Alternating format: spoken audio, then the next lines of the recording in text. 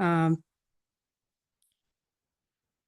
so today I want to talk about having or taking a genealogy trip and some things that made especially overseas travel very special for me as I learned the things that I had to do in advance. I knew that when I went to Norway in 2003, I would be going on a guided trip of about 17 days, but only 2 to 3 days would be really available for me to work in an archive and a library situation in Trondheim, Norway. Trondheim, Norway is in the middle of Norway. It sits soundly, or it did, in South Trøndelag County with North Trøndelag County right next door.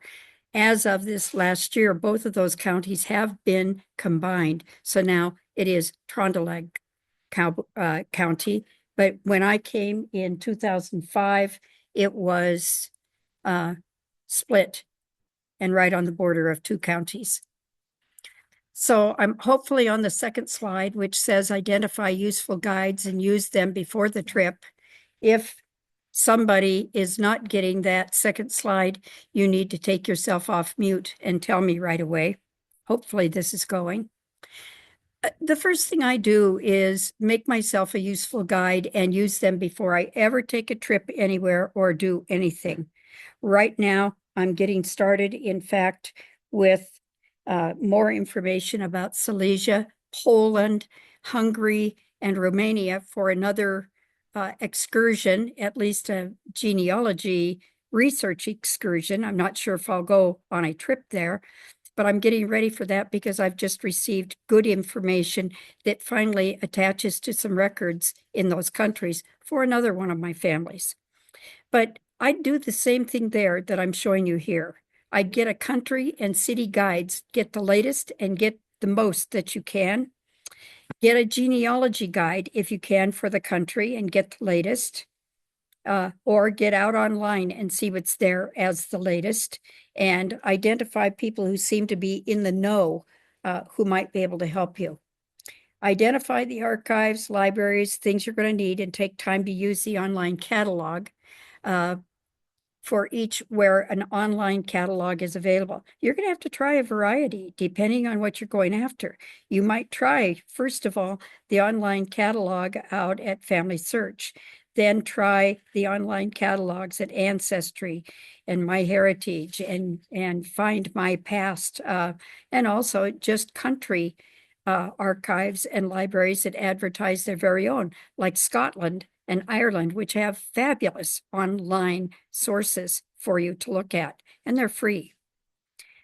I'm going to tell you to get the FamilySearch guide for the country or place you're visiting and use it first as a guide to what's online, because you're going to be able to see things that are both online and immediately available to you.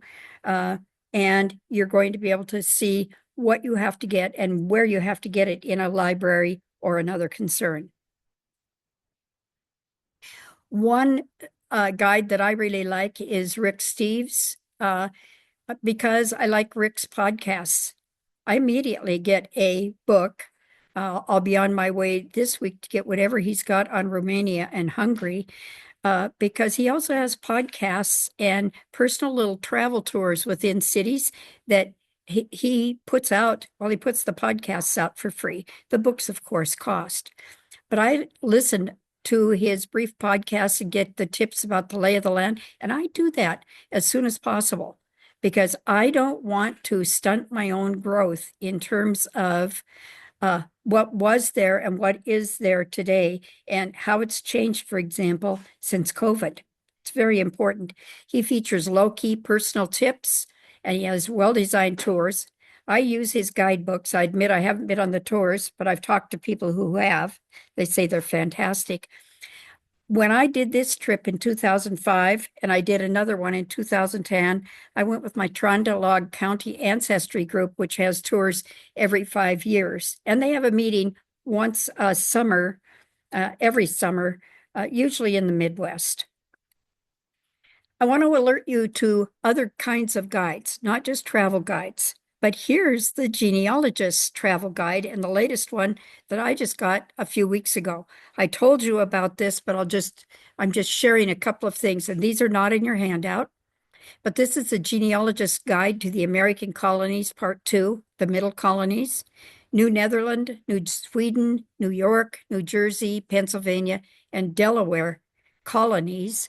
And within this book, William Dollarhide gives you maps, but he also tells you what he considers to be the best genealogy resource centers based on colonial times. Remember, he restricts himself to those colonial times for these particular archive centers and resource centers.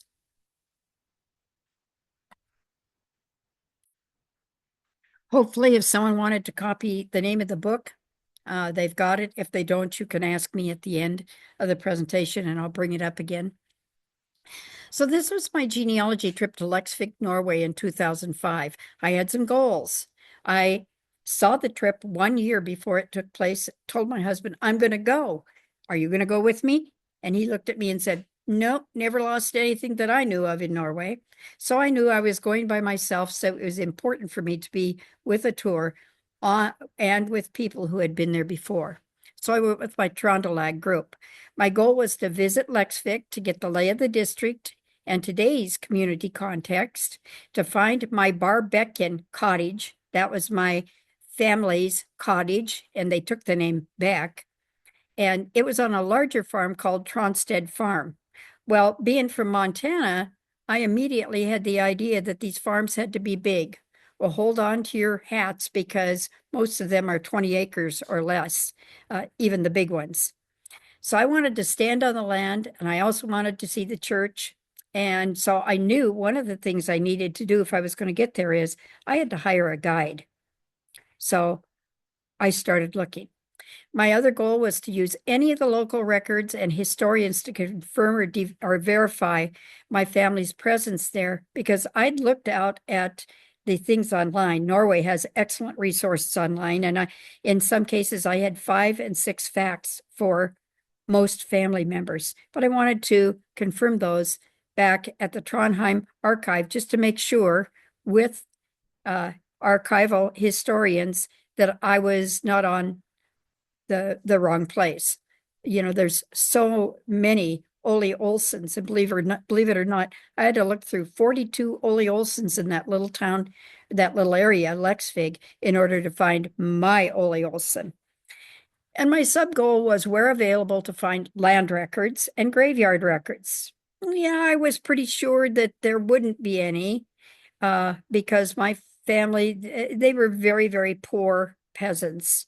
But I thought I'd better look at the Trondheim archives, and I could always look at those original Danish count records for who owned the area in the first place. That would be interesting. So I'm telling you to make a plan, because I needed to be on a tour specific to my Norway counties. I needed a local guide. I needed my research condensed and bound, and I knew I'd be using a timeline format. I needed pre-visit questions answered in my timeline before I ever got there. My goal was to have at least 15, 20, 30 pages in my timeline before I got there.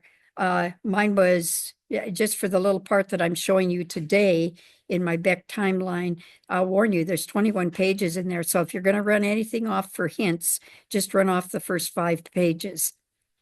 I needed questions for onsite when I got to Norway so that I could continue to focus on my goal. Because visiting Norway the first time, well, even the second time, was really a heady experience. And I knew I needed a really good camera. Remember, this is 2005 and scanners were not the rage. I looked up the local library and archives times and rules in Norway, and I kept that up and put any updates in at the back of my timeline guide right up to the day that I left Great Falls for the trip, because you never know if something's going to change. I acquainted myself with holidays that were currently experienced and celebrated in Norway, so that I had an idea of what would be happening. Oh, and I was traveling in the fall, and the one good thing for that my group has always paid attention to is if you're going to travel to the Scandinavian countries in a year. Your very best times, really, if you're going to use archives, are to use spring times and fall, because July, they hire Swedish people or other people and they go on a 1 month holiday. So you might not get the very best advice or all of the advice you need if you're there in July. So I got my schedule of the ferry from Trondheim to Leksvig. I got a guide, and it was wonderful because I hesitantly asked the guide who was on our Trondelag tour. He was our tour buddy, if he would be willing to take me in his car to Leksvig. We agreed on a price of a couple $100 for a half day, and there I was. I had my local guide. I got a railroad schedule just in case I'd make it over to Sweden. I didn't get to do that, but all the locals shop in Sweden because the groceries are usually cheaper, they say. I got a small umbrella. Boy, did I use that. And I always carried a sandwich or an apple every day because I never knew when I was going to get so involved at the archive that I just wanted to hurry to the locker room, have a snack there in the locker room, and then go get back into the archives where I could take nothing but a pencil. I got myself some good maps. This was a neat one in Norwegian, taste experiences on the map in mid-Norway. And it was recent at that time in 2005. So it became a real nice little guidebook, not only for me, but for other members on my tour. I was the only one on that tour with a Norwegian highway guide. And it was thick, but it was worth it. If you look at your handout number 1 online, again, I tell you it's 21 pages long. It is labeled the Beck timeline. And just to remind you, examples of questions that I've got are in the timeline. I don't just do passive facts. Mine is what I call an active, dirty timeline. That is that I'm digging for dirt in my family or anything else that I can find. And the questions are going to be there. And then if I answer a question, it's going to be carefully lined out with just one line through it. Don't scribble out the question. It's an all-in-one research guide for myself. So I collect everything I can find and really hit the research hard online or in books beforehand to make that timeline everything that I can, because I don't want to waste my time on stuff I could get at home. I take only that bound timeline with me. I don't have any other things. I'm not going to show baptism certificates to people. I'm not going to have other stuff with me, just my timeline with questions. I print on one side, the right side, so I have a left blank page for questions and answers and more research. And having it bound means I don't lose notes. If I could, I would attach it to my body, because I did leave it one day in the library in Trondheim briefly, and that was scary, but the librarians took care of me, those wonderful people. Here's our bus driver, Oli Roger, and our tour director, Lars Erik. Lars Erik was my guide to Leksvig, and he'd been with us all the days of our tour. He's a school principal at that point in a private place, and in a private school. They call them folk schools, and they are for kids who have graduated high school, not sure of what they want to do the next year or so. And so they come to the folk school to kind of find out more about Norwegian civic pride, do a job, get some more information, and learn to be members of a community. It's a pretty cool concept, actually. So he had lots of information because he was also a history teacher before he became a principal. Here's Leksvig, and you're getting the bonus picture of my kid who joined me unannounced on the 14th or 15th day of my tour, and got to go to Leksvig with me the second day that we went. Real nice to see the country, and I'm sure you're looking and saying, wow, that country scene that you're looking at doesn't look too different from wherever you are in Montana. Yeah, Deb, it looks a little different from California. standard houses of the day in 2005.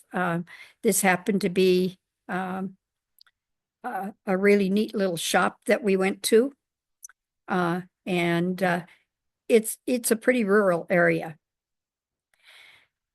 If you notice to the right, I've put up a book called Lex Viken by Per John Tomaras and Johannes Hagen.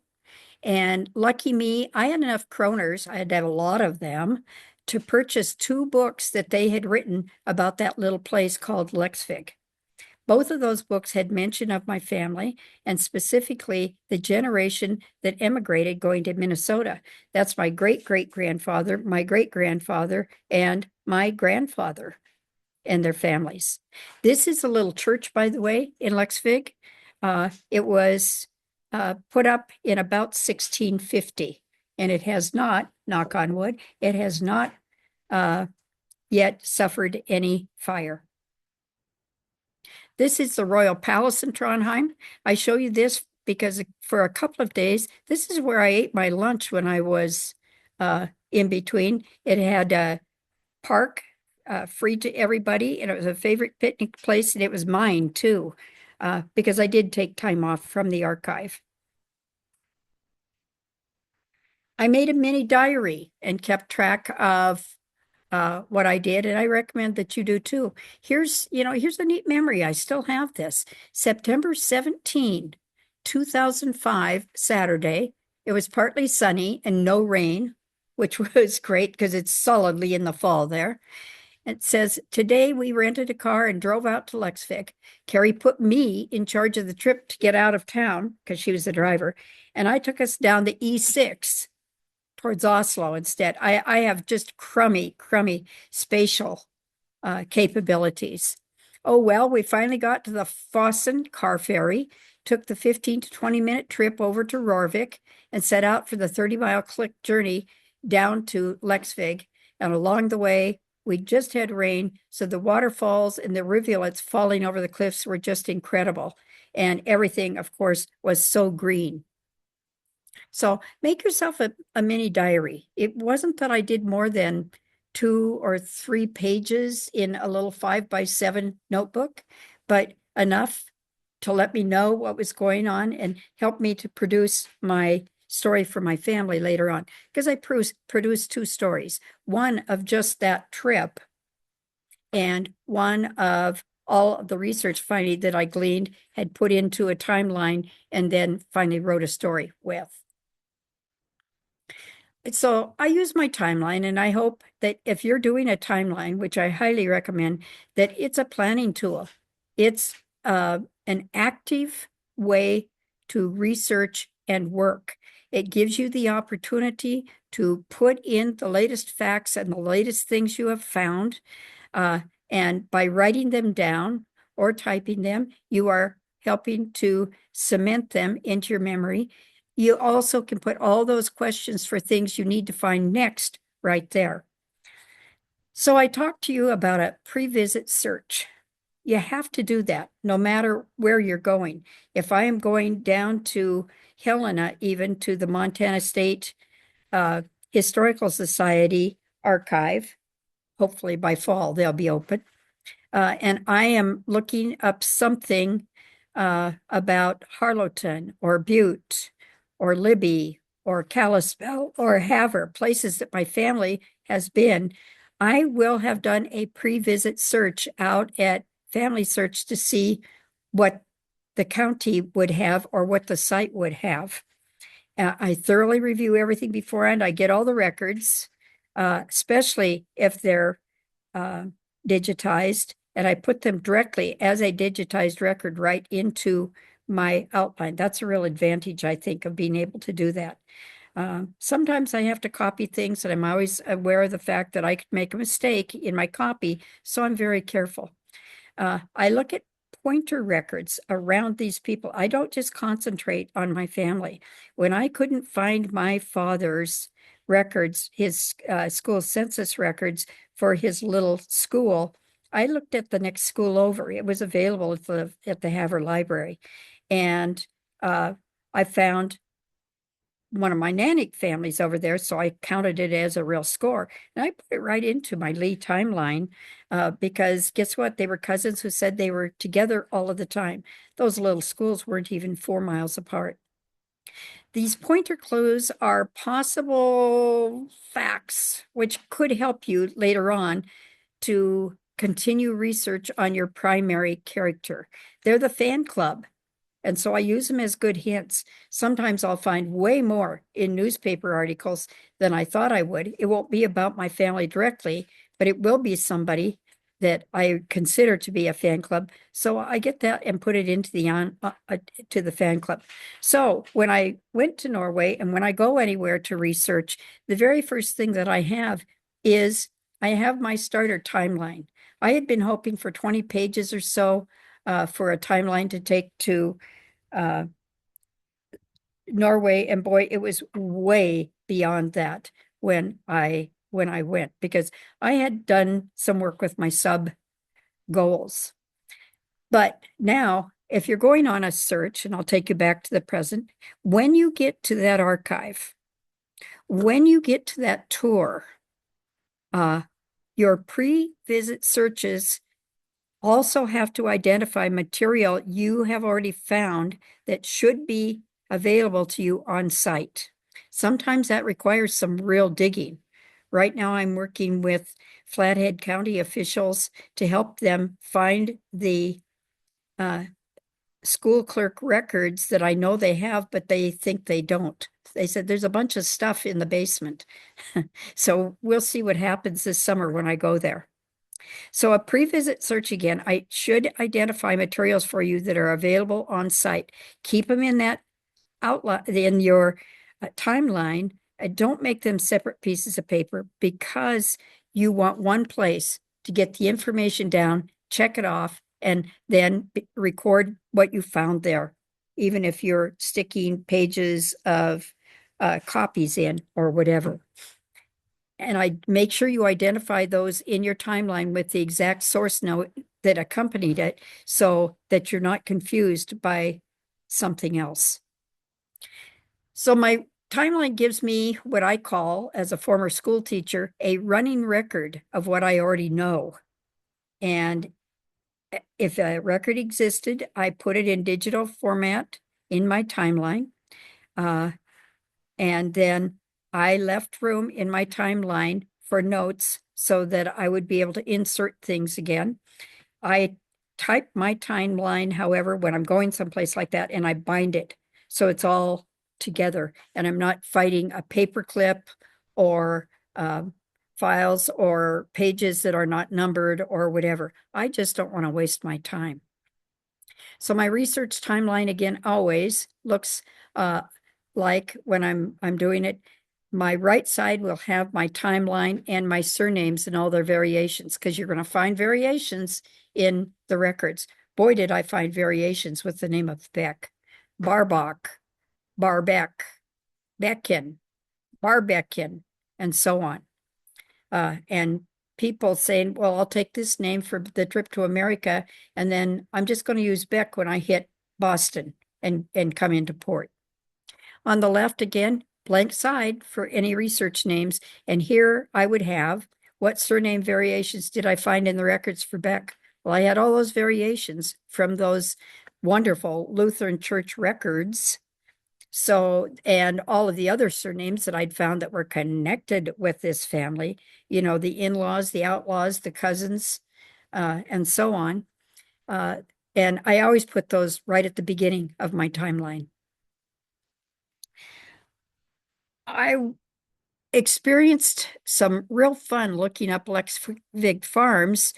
This is a really, really tiny area. So what could I even find about the farms in the first place? Well, I found a researcher who spent years and years and years and produced 17 huge volumes of all of the farms associated with each little place and each county. And literally, he produced a geographic record, brief, of the farm, but told you what happened with that farm throughout the centuries. So in Lexvig, looking back, the first I could find was somewhere in the 1500s in his records. But I'm showing you here two things on Lexvik farms. The 1664 records showed that there were 19 farms in that little community. And that was mention of the farms during the first recorded census in the Mantal. Recorded the farms first, and then in 1666 recorded all the men, and only by their first names, of course. And they were not listed with their farms, doggone it. By 1723, there were only 8 farms, and in between, I can tell you, there was probably the Black Death or some kind of plague, because the area really went down in terms of things. I've continued to follow the existing farms in the church records once I was aware that each person was identified in a birth, death, baptism record, confirmation record, whatever, by their farm that they were living on at the time. And I had to do it record by record, but I persisted, and it really gave me my places that I for sure wanted to visit when I was in Lexvik. You can see here, I've given you an example on this next page of a place where I wrote information and facts. And then, frankly, this little thing about Barbeckin Cottage was written after I came home. Because I found out that, of course, my family didn't have land. It barely was able to rent it by working for someone else. My ancestors were cottager couples with no permanent rights to the cottage or its land. They lived in a cottage. They had sheep for spinning wool for their clothing, just 2 of them. They raised a subsistence garden, and they probably had goats for cheese. And if you notice, that had been my question when I went there in red. Did the Becks own their own cottage and land, and how far back? Well, I could line out that question because I had answered my question. And that's what I do in my timelines. I line the question out, I keep it, because I don't want to go back 1 year later and say, did I ever research that? I don't want to waste my time. So I got to Luxvig, and the tour director that took me there took me to the wonderful little church graveyard, and it was evening, early evening, and people were there cleaning the graveyard. So I got to talk to some other people. They all spoke excellent English. I was so pleased.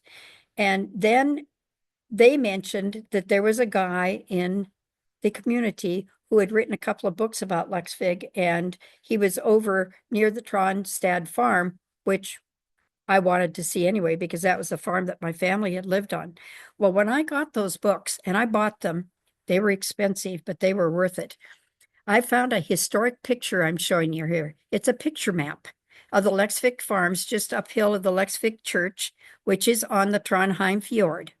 The church you can see there in the lower left was built about 1650, and those numbered keyed places were what they called the large farms. Yeah, I know, we're used to something else entirely. And that led me positively, along with my guide, to the Tronstad farm and my family's little cottage. Okay, it was a replacement cottage, but I found exactly where they had lived, right on the side of a little rill or a little stream. And Barbeck is bare, no trees there. And Beck is, of course, the stream. And so I found also why the name was Barbeck for the cottage. They're pretty literal in the things that they name. That same book, however, was very exciting to me because it had authors' research lists of the people who left for America directly from Lexvik. And there I found it down at the very bottom on the left. I found Johannes Olsen Barbeck, 55 years old. I couldn't get the rest of the page, I'm sorry. With him were his son, Johan Johannesson Barbeck, and a daughter-in-law, Nicoline Hansdottir Barbeck. and they were leaving for America on May 1, 1867. This man had gone to the archives and done special work on all the people who left. And you'll find that there were hundreds of people who left just this specific little place. And it's a real boon for all of us to be able to identify these people. In handout number 2, besides your notes that I've given you, I have identified some materials for you in a family search example. Your handout number 2 has the family search organization example, and I was doing a search of the Bennett family in Michigan in Bay City. And so I'd gone out to the library in Family Search because it lets me do that, whether I'm across the world in Trondheim or wherever. And I was able to identify that there were 65 items that the Family Search Library in Salt Lake City had identified, and very few of them in 2005 were available as scans. Today, a lot of them are. On your sheet, what I've done briefly on that one pager is just identified for you in boldface a few of the things that I was able to find. Remember, I could look further than Family Search, but most everything was at Family Search or it was at a free place out online. What a boon. And of course, my one big question with this family, by the way, was, did they lie about their citizenship? That's my great-grandfather, liar, liar, pants on fire, George Bennett. And yes, he lied about his, and on his citizenship, on the sheet coming in from Canada, he said, oh, I was born here. And they didn't question him. They should have. So anyway, that's an example of what you can find in Family Search at the catalog.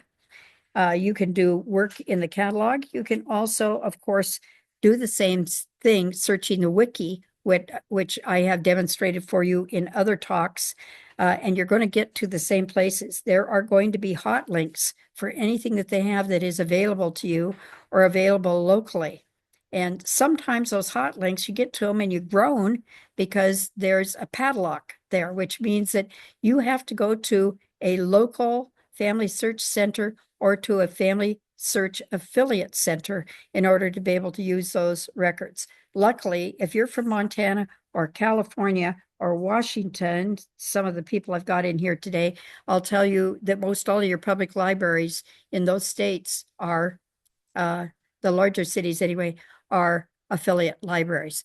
But anyway, I identified material going back here in the records that I would want in my 2 to 3 days I'd have right in Trondheim on my own. So I knew they had city county directories, and I knew they had them way back. That was very, very cool to be able to see those city county directories. About 6 years later, they put those online. So today people can see those without having to travel to Trondheim, but Trondheim was worth the visit. I was able to look up local histories at the Trondheim Library for all of the places around my little town, because by the time I'd been on my tour for about 3 or 4 days, I was aware of the fact that all the people who lived along the Trondheim fjord had been in one another's backyards one time or another, or they had lived up and down that Trondheim fjord. So I knew that even though I was only doing Lexvig, I had more things to look for than Lexvig.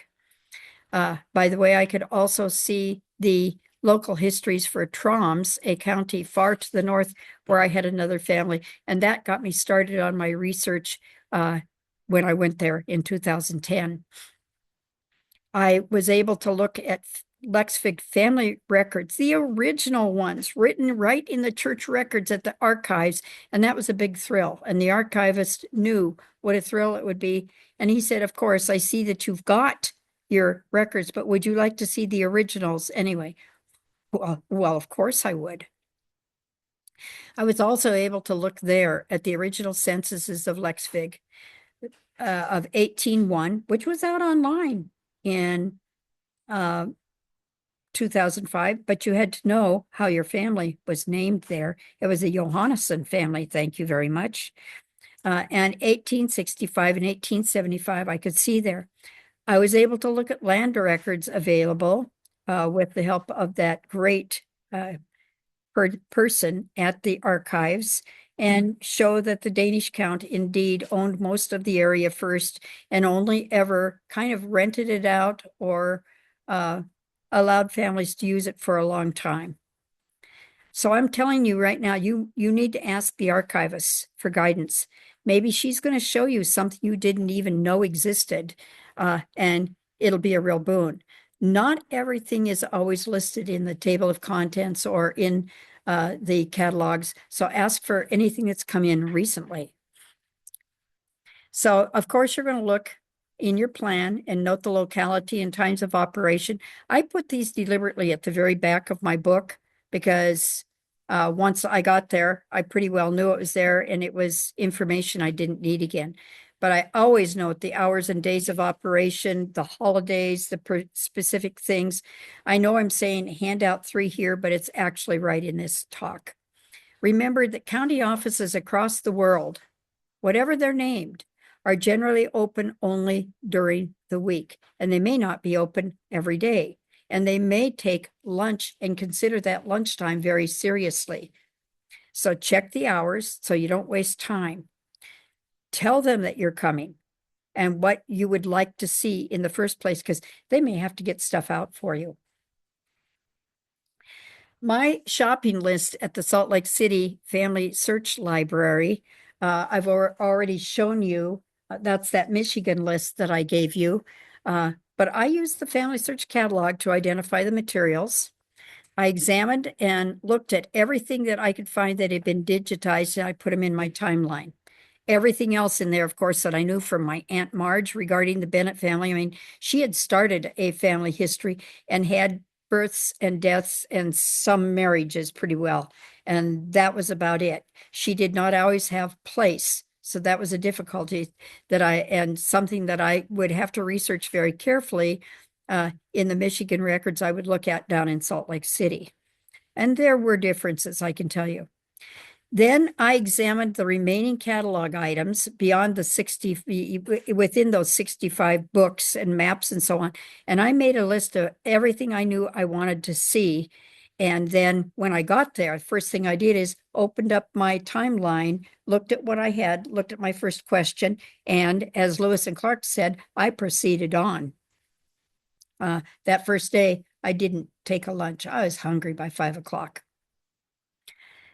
But I was able to find 65 items available, 4 censuses, 5 directories I would never have found out online in 2005, 6 land and property types of things, and they weren't just homesteads, they were who owned the land later on. And I managed to capture one for 1905 that was totally invaluable to me. I looked at probate records very briefly for my great-grandmother and saw her probate record and where she wanted the few things she had to go. And that gave me the names positively of her children and her stepchildren from her second marriage. I also looked at her citizenship and yeah, she said she was born in Michigan too. That's wrong. She wasn't. She was born in Canada. Well, it's getting towards the close of this session. Hello, I'm going to be frank about my genealogy trip expectations because you can have the very best intentions sometimes, and I won't say that I've been totally shut out ever, but I had a lot of things sometimes left to do by the time I left Illinois in the archives there.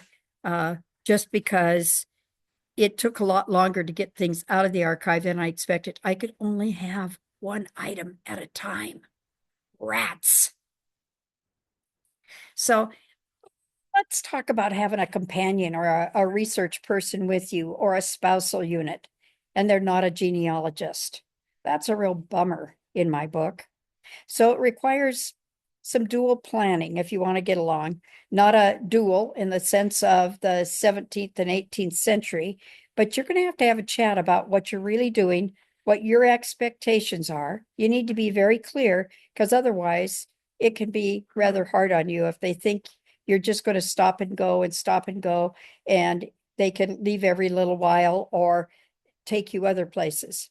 For my husband, I learned I buy a geology book and a bird book for the places my husband and I will visit. If there's an ag or an engineering museum or a museum of any type, I score that where possible and make sure he has directions to it and the appropriate times, etc. And with him, because we've gotten to know each other pretty well, I get a hotel reservation so he can watch TV. You got to strategize those things for your spousal unit or your travel partner that you expect of them. Be frank about how long you expect to be there. I had negotiations back and forth with my person who was escorting me to Lexvig before we settled on half day, starting at about 3 o'clock in the evening and going to about 9 or 10 o'clock at night. And I gave him some extra money when we stayed beyond because we had to meet the very last ferry in order to get back to Trondheim. It was worth it. And he was a really good person. But if you have someone else with you, say a friend, then find local attractions you know they can explore. Get that motel reservations. Or if they want to assist you, make sure they also have a book along to read or to listen to. And make sure you have your money or things for copies so they don't bug you. Tell them they have to leave treats out of there. They'll have to go elsewhere. I always try with my companions that I'm researching with to go a step at or above, preferably, what the archive demands. So if they only say I can have a pencil, I'm cool with that. If they say that I can have a locker where I can leave food or leave other notes, I'm cool with that because I know every archive differs in terms of what they will allow you to do. I'm very, very careful. And I ask that my companions be very careful too, because frankly, I don't want to get someone mad or be kicked out. My husband nearly got me kicked out in an Austrian archive, and it was just because he walked through the door and started taking pictures. And they said, you know, I had not explained to him that even if you take a picture in that Austrian archive, you owe them money for the picture you take. Live and learn. So strategize the things they will do. Be frank. If you hire a guide for money, ensure that the said person is very familiar with that area. Don't be afraid to ask for their background and for things that they will do. Do they have a reliable car? And whatever. Provide information to them so they have an idea of your needs. And I was lucky again because my guide was a pro educator. And he'd been escorting the bus for the previous week, and I had gotten to know him, and I'd shared a timeline with him, and he had carefully used a highlighter on his so that he could do certain things for me in Lexvig. So when I hired a local driver, here's a speech that I give. This is what I gave to him. I do not expect to drive down to homes of my suspected relatives. Today, I want to drive the Lexvig area on Trondheim Fjord. Please drive through the district, showing me the church, the graveyard, the local mercantile. I'd like to take photos. Turns out, when we went to that graveyard, we talked to people who were cleaning graves there. They all spoke excellent English, and they said I was related to them. Wow. They said, actually, everyone there was related to everyone. I would like to drive the road closest to Barbekin Cottage, and I identified where that was on my map, or where I thought it was. And he looked at it, he studied it carefully. I want to take photos there and get out, walk around a little. Well, that's when we found that neighbor who had co-written 2 local history books, and we got invited in for tea and lefse and a nice chat. And I got to see the guy's library of things that he had. And he, of course, took a copy that I had with me of my notes, and he said, aha, one more family. So it was good for both of us.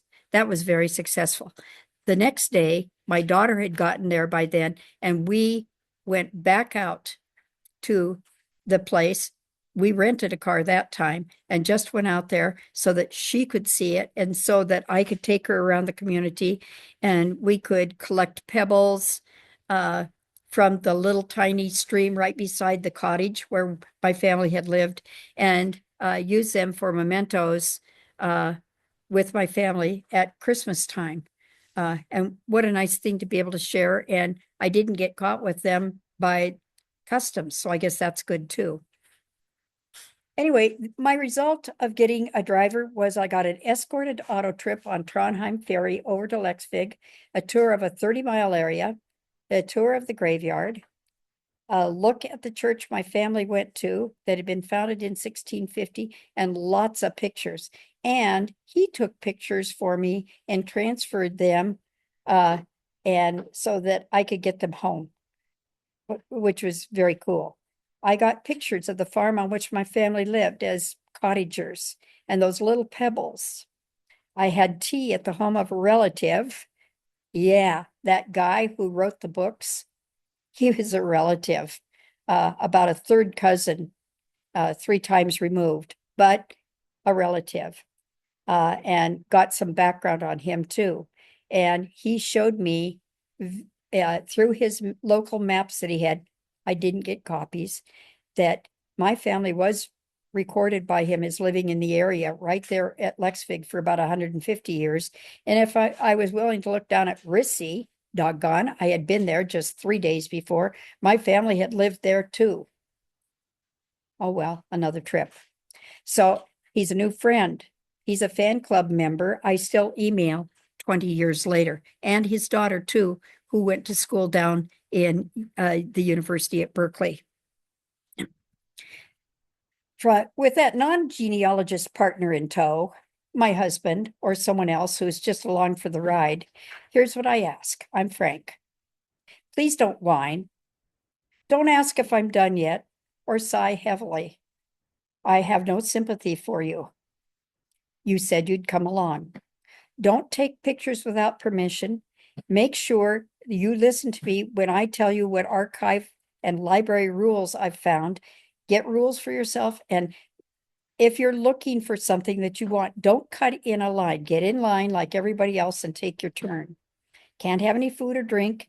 Pitch your voice low, whisper, in fact, and don't bring things in to the archive that you're not supposed to bring, even if you say, I'm just with this woman. No, you have to put everything into the locker. And if we're out on a drive, I've learned to say to my husband, I don't expect to drive down to the homes of my relatives.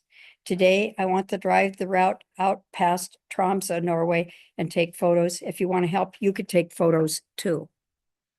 That settles a lot, frankly. So I'm glad I could be frank with you too. With that helper person, have some things prepared beforehand. If they say they'll help you, make sure they know how to make copies, that they ask for permission first and ask about the costs, or that you have covered it and you have shown them, and that you go with them the first time to make copies. Ask if they know how today to scan to a thumb drive, and remind them they have to ask for permission first. And in an archive, even if they take their very own scan, they're probably going to have to pay for that scan or that picture. That's legal. Ask them if they'd rather go back to a hotel, take a nap, watch a TV, go out to lunch, or whatever. Ask if they have their books and their snacks, and tell them about how long you're going to be. Like, check on me in about 2 hours. I think that's how long I'll need to examine these probate records and scan them. Or, got your guidebook? Go have that great visit at the museum across the street or down the row. Take the car if you need to. Or I'll signal if I need another 15 minutes, or frankly, if I need another day. And last, plan to leave a copy of your timeline with a local historian and or the archive, if at all possible.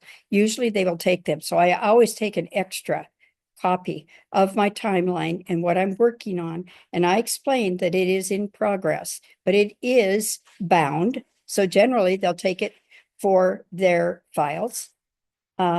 I carry thumb drives of the timeline. I carry an extra couple of thumb drives that are blank so they can see they are blank. That's very important in an archive like NARA, the National Archives. They need to see that you didn't have anything on it that you were not supposed to have and what you put on it so that they get credit and they get compensation. Then send your trip results to those who are interested. I got so much back about my families who remained at Lexfig from that local researcher and a couple of his friends. They really enabled me to be able to write a story segment and to get past the idea that I had that that Barbeck Cottage was hallowed land just for my family. See, my family may have taken, in fact, they did take the Beck name, and we can check it directly and say, you know, that's how they got that name. That's what they did. They got it from the place. But there were other people before and after us who lived in that place, in that cottage, as it was named in the records. So it was not exclusive to my family. Yep, I finally got it through my rockhead. And of course, wherever you go, I'm going to call them county officials because there's districts in Canada, there's counties in Canada, there's very special districts, there's counties in the United States, there's counties in Europe. But write the people before you go. Right now, I've got a query into the Flathead County School Superintendent this week, in fact, saying, hello, I was referred to your office by the County Clerk and Recorder's Office. I'm doing a history of Ferndale, Montana, and I would like to research within the Ferndale School number 32 and number 32J school clerk records, 1910 through 1974. Thank you in advance for answering my query. I want to know if they even have them. It's nice to go see relatives in Kalispell in the area, but if I can spend time researching and get to the right place in the first place, it will only help me. So I always write them and I always end it respectfully so that they know I respect their time that they're going to spend on my query. They have many things to do besides my letter. Plan ahead, take your timeline, take that trip and research and update that timeline immediately. My timelines are never done. I know I have friends who say, well, I think I've collected about as much as I want for my search, so mine's done. So I'm writing a story. Should I include that timeline too? I say, yeah, you can put it at the back as an appendix of your story if you think you're done. Mine, on the other hand, it's never going to be done. So I have news for you. Just get ready, get set, and go. Okay. Thank you, And Jen. Thank see you. you later. Thanks It was, much. it was great. Bye-bye.